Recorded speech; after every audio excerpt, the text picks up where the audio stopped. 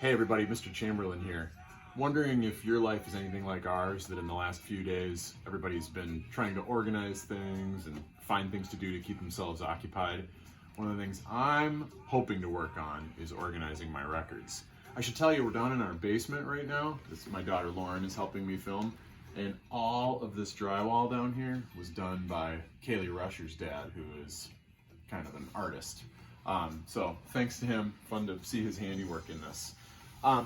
But back to organizing, I wanted to tell you about a couple things you maybe don't know about. Have you ever heard of records before?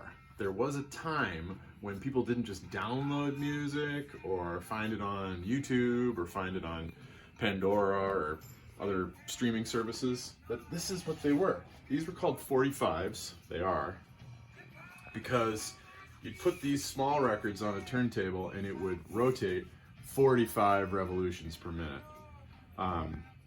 These are the small ones. These are also where singles come from. If you guys have ever heard an artist come out with a single, it was because the A side of the single would be the hit, and the B side of the single would be like an extra track.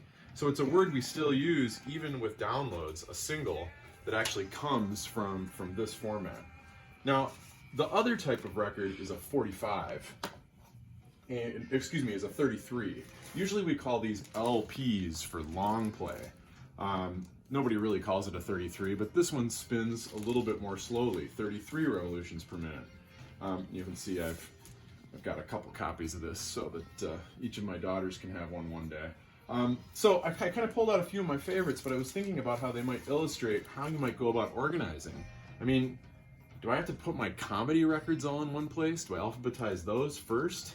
Or do I stick with the whole genre idea and have my Christmas albums be next? I mean, who doesn't want a record with a cowboy Santa on it?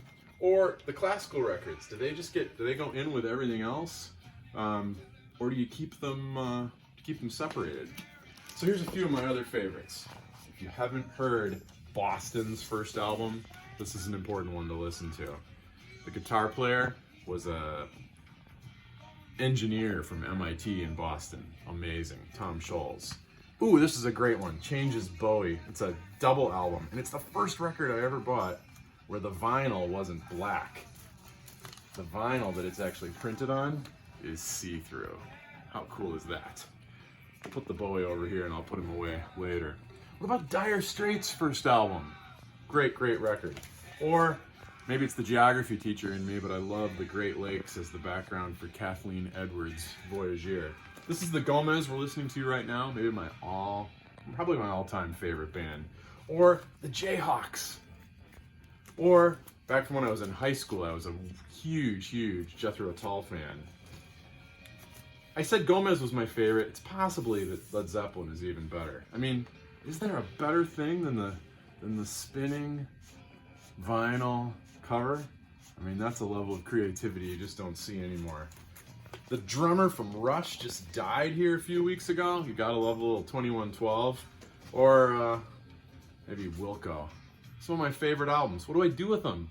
Do I organize them chronologically? Do I organize them by genre? Do I organize them by maybe my own buying history? Maybe the biggest thing in all of this is to think about what are the things in my home that bring me joy? And while I'm here at home, how can I spend time with those things? Hopefully, records will be one of those things I spend time with. Chin up.